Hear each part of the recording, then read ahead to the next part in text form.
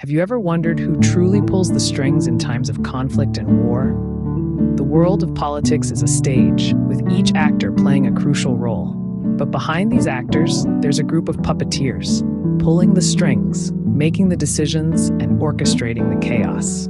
They are the politicians, the unseen warriors of our world. These puppeteers, shrouded in a cloak of diplomacy and power, are the ones who ignite the spark of conflict, fan the flames of war, but never really get their hands dirty.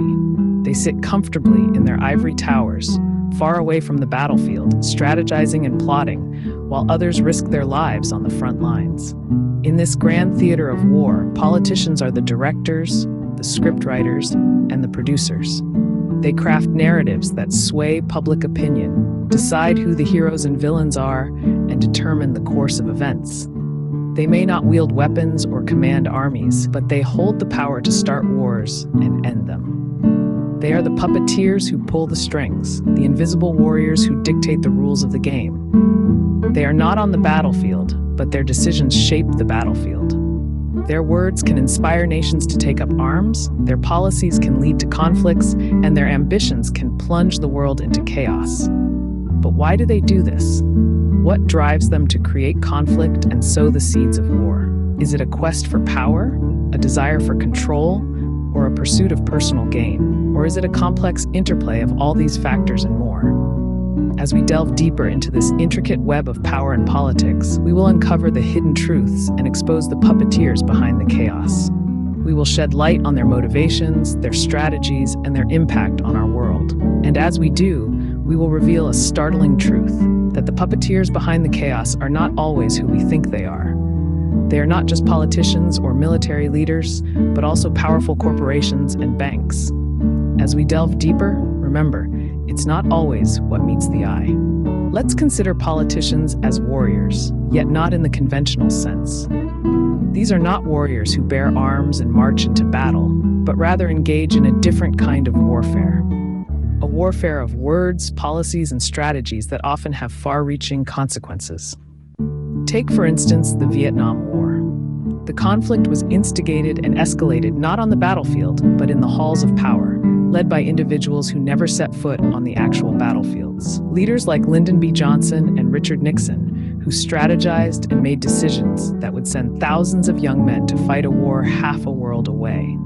Fast forward to the early 21st century and the Iraq War. Again, this was a conflict initiated by politicians, namely George W. Bush and Tony Blair, who used their political prowess to persuade nations to wage war on a distant land. They did not wear a soldier's uniform, but they were warriors nonetheless. Their battleground, the arenas of international diplomacy and public opinion. And let's not forget the ongoing Syrian conflict.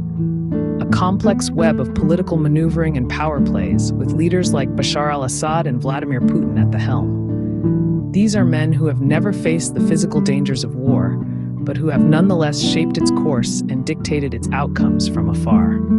These are the invisible warriors of our time. They do not fight with guns and bombs, but with words and policies.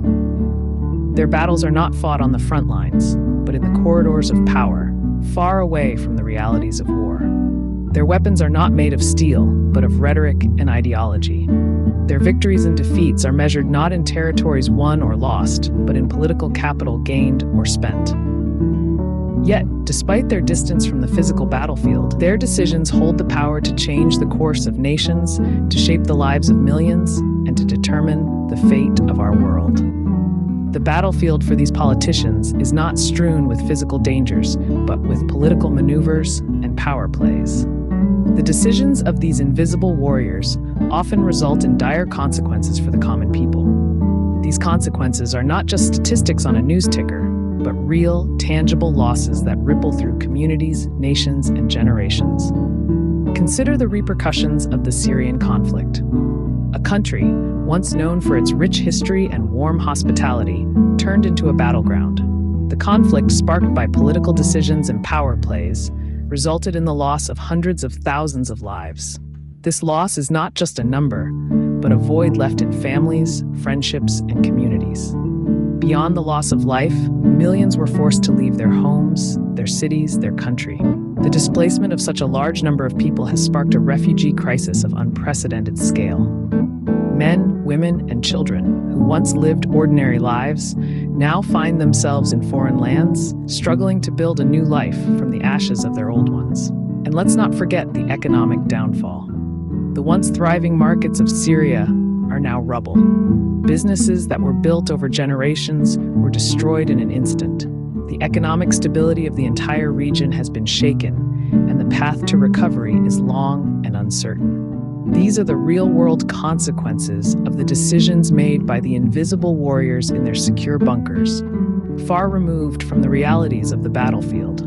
The people bearing the brunt of these decisions are not the ones making them. They are the common people who just want to live their lives in peace. And yet, it's these common people who show extraordinary resilience in the face of such adversity. They continue to fight for their survival, for their dignity, for their right to live in peace.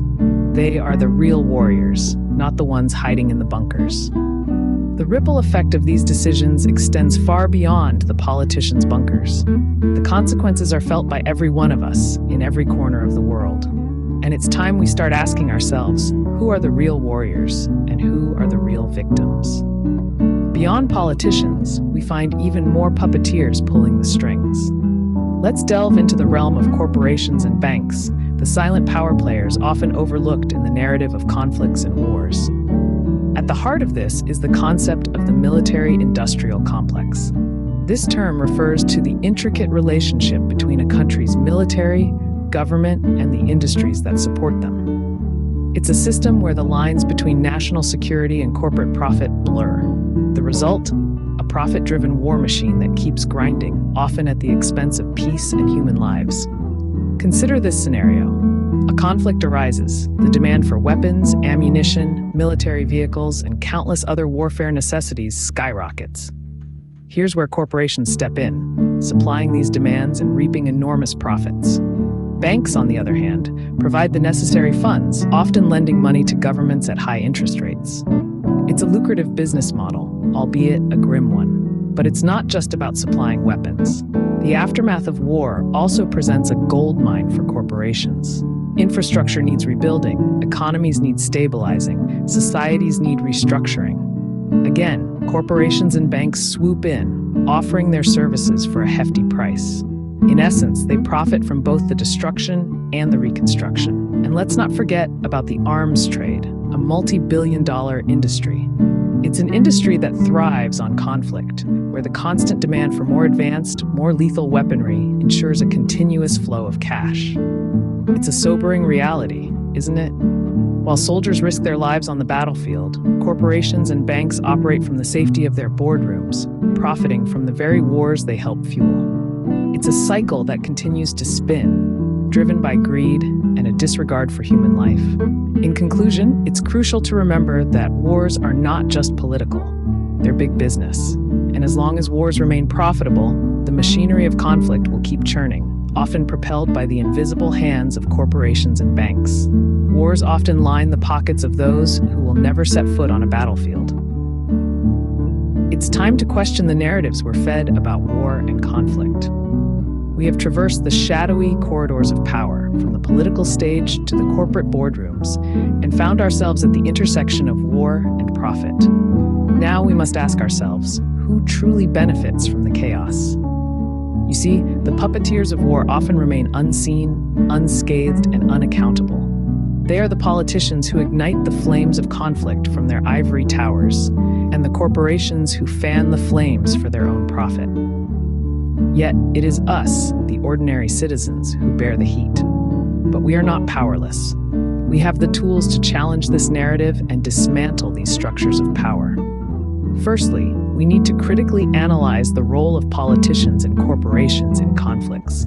We need to question their motives, scrutinize their actions, and hold them accountable for their decisions. This is not a call to cynicism, but to skepticism. A healthy skepticism that refuses to accept the status quo without question. Secondly, we must realize the importance of informed voting. Our votes can be a powerful tool to influence the course of our societies. It is essential that we cast our votes not just based on campaign promises, but on a politician's track record, their stance on important issues, and their commitment to peace and justice. Lastly, we must understand the power of our consumer decisions. Every dollar we spend is a vote for the kind of world we want to live in. By choosing to support corporations that prioritize peace and sustainability, we can help shift the economic incentives away from conflict and towards cooperation. Remember, your choices can influence the puppeteers. Be informed, be critical, be the change. It's time to step out of the shadows and into the light. It's time to take back the power that belongs to us. It's time to rewrite the narrative of war and conflict. It's time to choose peace.